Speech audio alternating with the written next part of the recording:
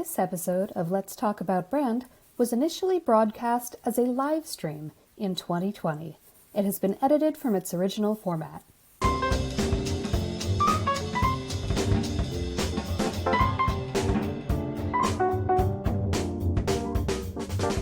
Hey everyone, I'm Christine Gritman, and this is Let's Talk About Brand. I do this show every single Friday at 12 noon Eastern, where I talk to awesome people about personal branding. And today's really exciting because we have 4 guests on today. We have the 360 Marketing Squad, which is a group of 4 incredibly well-accomplished professionals in their own right, teaming up together, and they're going to be here today talking about branding a collaboration. The 360 Marketing Squad, the 4 of them, we have Mike Alton, content and blogging expert Mike Alton, blogs as the Blogging Brute, also the social media hat, and he's also the brand evangelist for Agorapulse. Instagram expert Jen Herman goes by Jen's Trends. She has literally written the book on Instagram many times over. We also have Facebook Live expert Stephanie Liu, who is the reason I'm on Ecamm, which is amazing. And she's known for her Lights Camera Live training programs, blog, and live stream. She's also a neuro-linguistic programming trainer. And then we also have Facebook ads, chatbox, and analytics expert Amanda Robinson, aka the Digital Gal. Together, they are the 360 Marketing Squad, running an incredible private membership group full of trainings and tips and just incredible strategies. So check that out. And their most recent collaboration, along with co-author Eric Butow, is The Ultimate Guide to Social Media Marketing, along with Entrepreneur Press. So let me welcome our amazing guests on without any further ado. Hey, 360 Marketing Squad! Hey, great to see everybody. Hi. Good to see all of you. All right, so we are going to jump right in because in addition to my questions for you, we also have a bunch of questions that my audience on our Tuesday Chat About Brand Twitter chat wanted to ask you guys. So we're going to jump right in. So first of all, I would love to hear the origin story here of how the 4 of you came together. Mike, take it away. The real origin story or the Marvel origin story? Whatever you got. Yeah, I'll start if anybody wants to pick up. It was at Social Media Marketing World 2018, where Jen introduced me to Stephanie. Stephanie and I had met online about a year prior to that, but we hadn't met in person yet. And a month later, Steph and I were both speaking at MDMC here in St. Louis. We got to hang out and get to know each other a lot better at that particular conference. And in our conversations, we both kind of came to the conclusion that we needed a personal mastermind group. I've been part of some mastermind groups up until then, and those had fallen apart recently. Just stopped meeting. And we wanted that support group, that mechanism to connect with other people, other colleagues and professionals in the space that we could relate to. And we both knew Jen obviously very well, and all 3 of us had young daughters. So the 3 of us formed initially just a personal group where we could share the challenges and things that we were going through and start to collaborate. And that's what kind of spawned the idea of the 360 Marketing Squad. Who wants to take it from there? Jen. All right, I'll do it. So from that point, like Mike said, it was the 3 of us, and we started talking about doing a membership because all of us had wanted to do one. But the idea of running our own memberships by ourselves and all of the work and all of the management that goes into a membership was overwhelming. But we were like, hey, if we partnered up, it would be a lot less work for each individual to have to kind of manage, and we could give more value to each of our audiences because we have our own individual unique areas of expertise. And as we started thinking about it, we realized we wanted to do something along the lines of 360 degrees, which would mean we would probably want a 4th person to cover that other component, which the 3 of us weren't necessarily experts at. And that was that kind of the paid advertising and the analytics side. And we all agreed that Amanda would be the perfect fit to do that. So we roped her into the chaos that was our lives. And that was how we formed 360. I love it. So thank you so much for telling that story so concisely. Someone asked, how is this only going to be half an hour? We are going to make it work. I'm asking just a few questions so that everyone has their chance to speak. All right, so you have all four of you, each of you has a very strong personal brand. You're all four very accomplished people with personal brands. So how have you joined them together in a way that doesn't water any of them down, but also doesn't have any one star standing out? Like, how did you figure out how to brand 360 Marketing Squad? Wait, you mean I'm not the star that stands out above all of them? I mean, sometimes. Yeah, I don't agree with the premise of the question. But in all honesty, Mike, we always say that Mike is the glue that holds us together. He's the one that keeps us all sane. So I don't know, our brand, each of us have our own superpowers in our own arena of digital marketing and social media. So when it comes to how everything just interlays and plays so nicely together between all of our brands. For example, Jen speaks on organic tactics, and as soon as someone asks her a paid ads question, she's like, you got to talk to this girl over here. As soon as someone asks, how do I up my game on live streaming, we point the finger right over at Stephanie. As soon as someone wants to know, okay, content, how do I start producing more content that's going to move the needle for it, we point the finger right at Mike. It's just we have a solution for everything among the four of us, and it really does make us feel like a complete superpower squad, and it just makes a lot of sense together. So it's good. So as far as personal brands go, the strength of our individual personal brands makes the group of us that much more able to help everyone. We each amplify with our own audiences, and then when that comes together, it's like this cataclysmic, magic, awesome digital marketing sauce. And it's all encapsulated in that one book. I love that so much, and that leads perfectly into the next question, which is that 360 Marketing Squad has been a private membership group where members can go and get tips and get trainings and really get supported in all areas of digital marketing. So you then decided to spin the partnership out into this awesome book. So I'm wondering, two-parter. First of all, how did you decide to spin it out into a book? And secondly, are there plans for more things beyond the group and beyond this book? Stephanie. You need to talk. You can't sit here in silence. Oh, it's my turn, isn't it? You're up. So when it comes to the book, as far as delegating who's going to take care of the content, I think that was really easy to do because we're all content creators in our own right. So if someone wants to talk about strategy, Jen does fantastic presentations from soup to nuts, all about strategy. Paid media, of course, you would tap Amanda and so on and so forth, especially with Mike being the glue that holds us all together. And so it was really, once we had the table of content, it's like, oh, here's your homework, boop, here you go, boop, boop. And it was really easy for us, because if you had asked me to write about chatbots, I'm like, oh my God, I don't want to do that, right? So we delegated the topics by who's most passionate about those specific topics. As far as like what's next in the future, I think we've all just been kind of in our own little private mastermind have been saying like, what are our plans for 2021? Like, what is it that we want to do? Because the book in and of itself has opened so many opportunities, right? Like Mike is now VIP contributing over to entrepreneur.com. And I think all of us have done like webinars at this point. And so that's really a jumping off point for the next thing for us. I think there was even like an internal joke. Remember, we were all like, hey, we need to write the ultimate guide to launching a book. True though. I mean, and Jen and I made that joke of where it's like, do you remember what it was like giving birth to a child? And then you totally forget about it. Like that is happening right now. That is legit. Like Mike. That's always my analogy, right? Writing a book is equivalent of, going through childbirth. But yeah, and so we literally had joked about that. And yeah, we did joke about, whether or not we would write a book about launching a book, because we had, thanks to, I'm going to throw, Mike and Stephanie the bone on this one, thanks to their amazing planning and coordination. The launch strategy that we put together to launch the book was something unlike anything I had ever seen, and anything I'd done on any other the books that I had written or seen from anybody else in our industry. So we jokingly said that, but you never know. Crazier things have happened. I wasn't joking.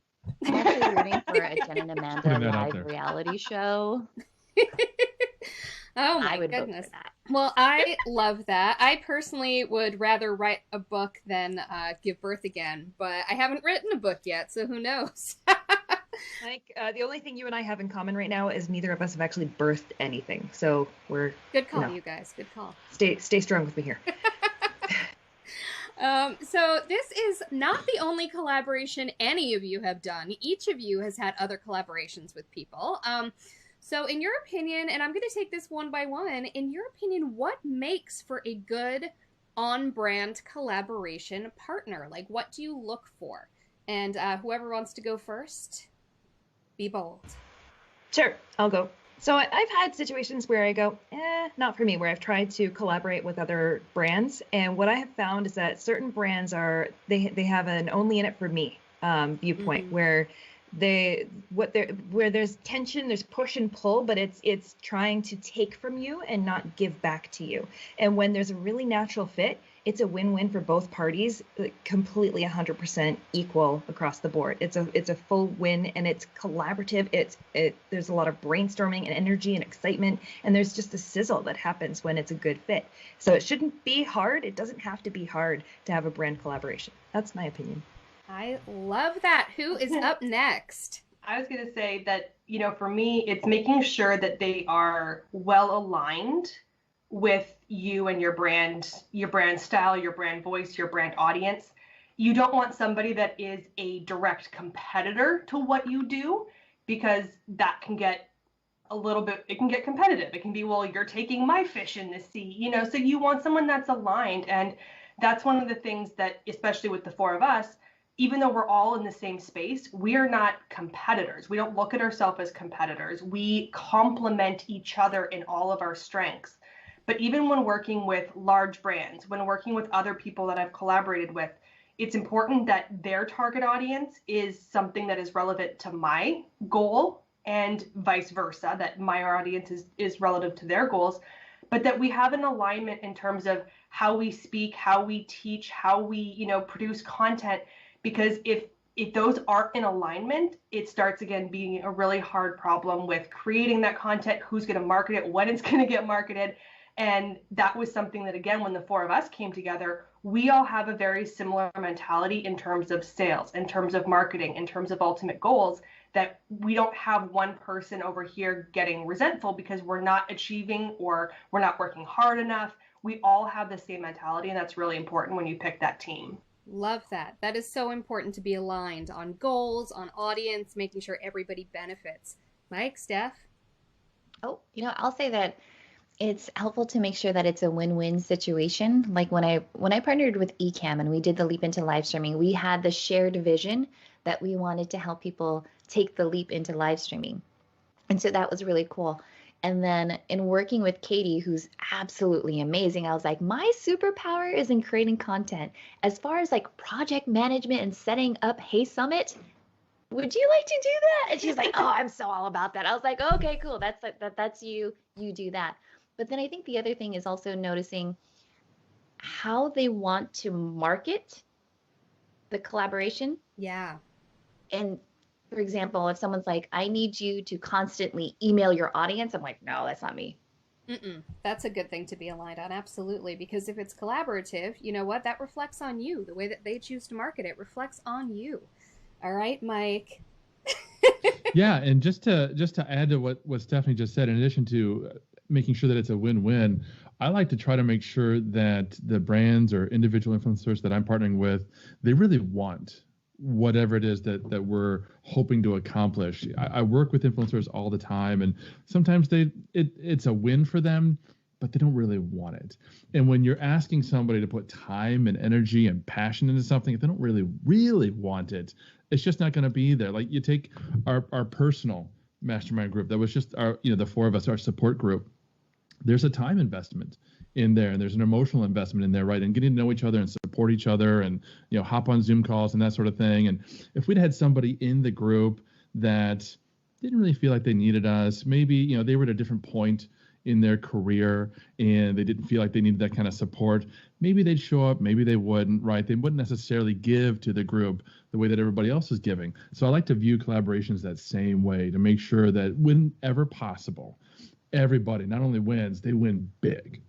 That is beautiful, and I love it. All right, well, this week we got a bunch of questions for you on the chat, which is always exciting. So first up, Chelsea at Review Trackers would love to know, what are some ways to get on the radar of brands you want to collaborate with and work with? Yeah, so I'll like, we all have thoughts on this. Mike, you go, because this makes more sense for you. Yeah, this is what I wrote about in the book. This is what I do every day: influencer marketing, relationship building, and I think that is the easiest, most natural, organic way to make those inroads into brands that you might want to work with, perhaps as an influencer, as a brand ambassador, even. And that is to engage with those brands, talk about those brands, and not seek payment or compensation or anything like that. You're building a relationship naturally, and that's where social media becomes such an easy tool and an easy route to do that.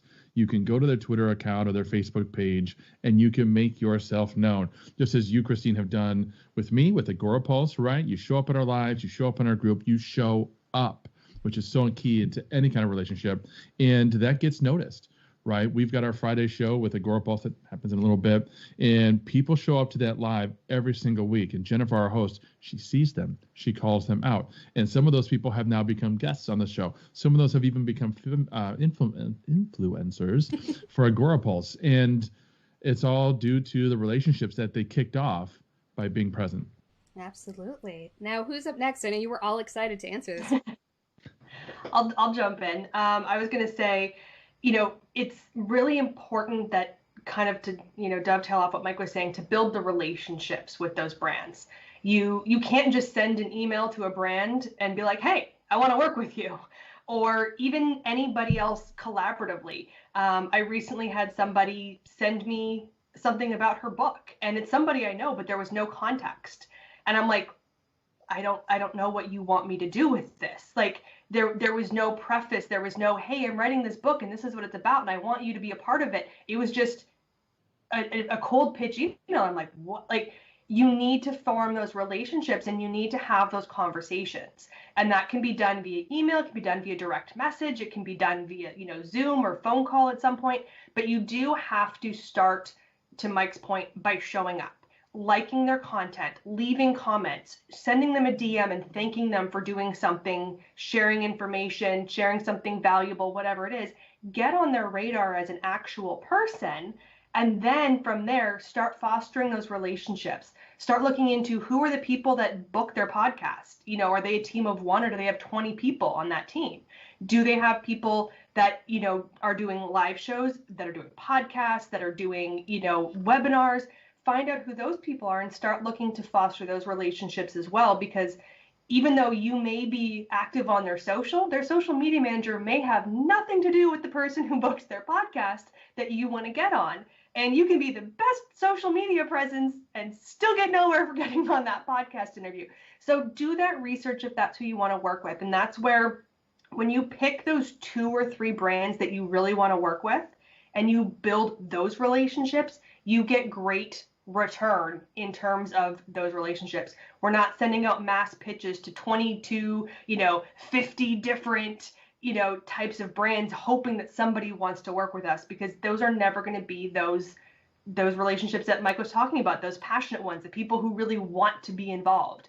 You're better off picking those small handful of brands that you really want to work with and build those relationships over time to the point where they become very valuable. Perfection. All right. Does anyone else want to handle this, or should I move on to the next question? Move on to the next one. All right. I feel so bad for the other people. Like, wait a second. It's all good. The next one is from Linda Ray. What worked for you when building your brand that you least expected? Oh, Amanda. All right, Amanda's up. Go Canada. What worked for me when building my brand I least expected? I would say I rebranded. I worked for 4 years in my business with the wrong brand name, and it didn't fit, and I just didn't have my stride. And then when I finally rebranded to the name that fit me, which is the Digital Gal, I rebranded and I embraced the pink. I just took it all in. I'm like, all right, this is me. As soon as I found something that really just resonated with, honestly, I just have pink everything everywhere on my desk here. You're like me with red. And then on top of that, what I started doing is I started sprinkling my pink across the internet like Skittles everywhere, as far as it comes to getting branded stickers and getting branded, just putting my brand on everything. Like, legit, I have my brand. I can't even show you. I have my brand on my computer dongles for my Mac. Like, I have it everywhere. So embracing the brand all in is something I couldn't do when the brand name wasn't the right fit. When it was like if it's, I'm not saying that I would tattoo the digital gal on me. I won't, but it's close enough. Whereas the old brand name, heck no. And even just putting my name out there with the old brand, it just felt like an awkward baby deer that couldn't walk properly. It just didn't fit. I just did not have my stride. And then when the brand name, Mike, you can't see Mike right now. He's dying laughing in the background here. But once I found the brand that clicked with me, Mike also is making me laugh. Once I found the brand that clicked with me, it just felt like somebody let me run at full tilt the way I wanted to, and it felt so good, and it started taking off so quickly. As far as people just had brand recognition happening left, right, and center, and it feels like they thought I was that brand for all of the years that I had been in business, and when you found the right fit when. Love that.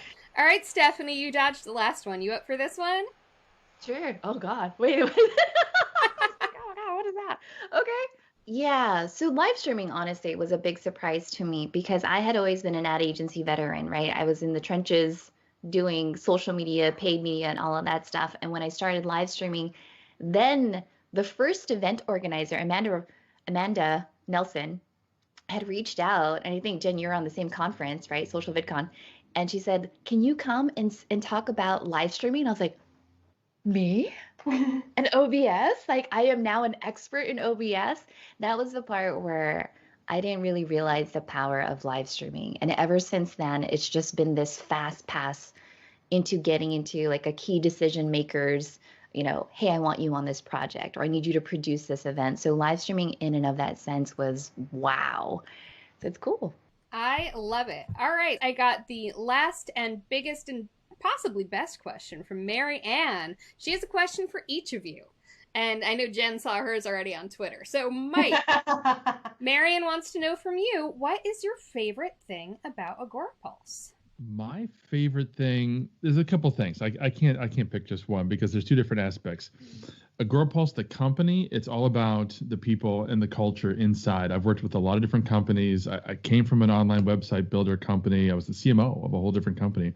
And coming to Agorapulse was just a night and day difference in terms of how the company is led, the vision of the company, the culture that's created inside, the teamwork and everything. It's amazing. From the tool itself, I have to say the category queues, being able to create a category of a type of post and then create different time slots and then just fill that queue like a bucket and have that content go out on a set schedule, hands off. You can pause, you can shuffle the queue, you can delete it, you can move stuff around. It's one of my favorite features, and it's one of those kind of almost a mind-blowing feature often when I show people, hey, this is how you can do that. This is how you can replicate almost every other publishing feature on any other tool. Just use the category queues. That is beautiful. All right, so next up, we have a question for Jen. Jen, your high heels are a fabulous part of your brand, and I can vouch that the high heels and the long nails, they are always a thing. So are you still wearing heels, doing all of that stuff while working from home? The heels, no. They are unfortunately getting very dusty and neglected. I have literally a whole shoe wall, so I see them every day, and I kind of pine after them and, wait for the day when I'll be able to wear them. On occasion, yes, I'll slip on a pair of heels if I'm going out, but let's face it, most of my excursions are to the grocery store, so that's still flip-flops, and I really don't have a good reason to wear the heels. But yeah, the nails, I started doing my nails in COVID, so I bought the entire kit. I got the drill, the acrylics, the gels, the UV lamp and everything, and I've managed to be doing my own nails for the last 7 months or whatever because I refuse to give those up. So at least I kept that. I love we need it. our own Jen Herman nail polish line. Yes, you That's a need thing. that. Jen's nail trends. There you go. Ah, there you go. All right. Hey, Stephanie, you are up next. Marianne wants to know, what is your number one live tip? My number one live tip, have fun. Have fun. It's one of those things where live streaming to me is like improv. You're just going to have to say, yes, and that just happened, and we're just going to keep going. So have fun while you're doing it, because if you're stressed out, you're stressing out your viewers. I like that. You might not see us all in the green room, but like when one of us is speaking, we're just like, yeah, you go, girl. Yeah, go, Jen. What? Yeah. Like, have fun, because then your viewers are going to have fun watching you too. There's so many like distractions out there, things that are like emotional vampires. Have fun. Be that entertainment that your viewers want to see, especially on a Friday. So cheers. Cheers. Preach it. Sláinte. Can I just say I was watching Stephanie have fun? Was it yesterday or when you were live streaming? You were double live streaming. You were going live and then you were going live again on your page. You were meta living. Well, beta testing product. It was just like, I love you for that. I just like mind blown, and you're having fun. Your audience is having fun. I'm like, this is how it should be. This is how it should be. And you are, last but certainly not least, Amanda Robinson, the digital gal. What is the best ROAS, return on ad spend, that you have achieved? And you don't need actual data here if you know the numbers handy, but sort of how you got there.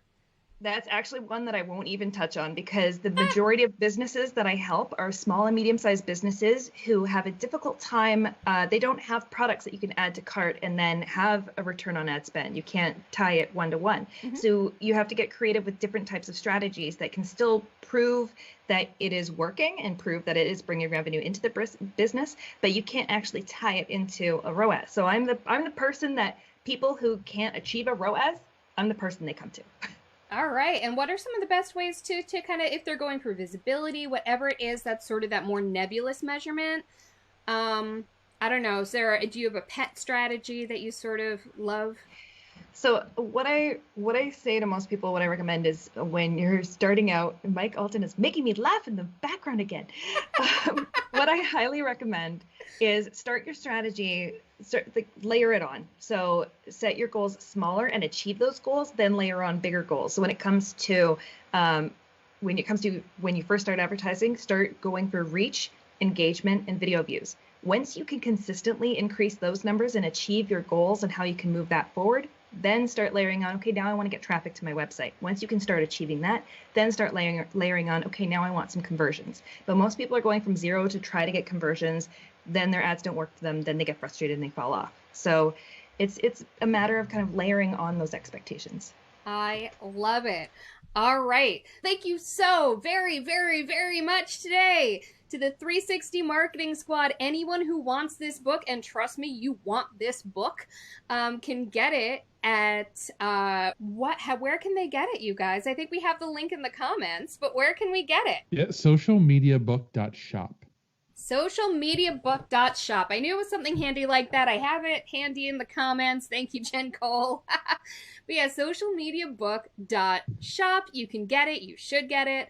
Thank you so much to Mike Alton, Jen Herman, Amanda Robinson, and Stephanie Liu. Links to all of their profiles are in the comments.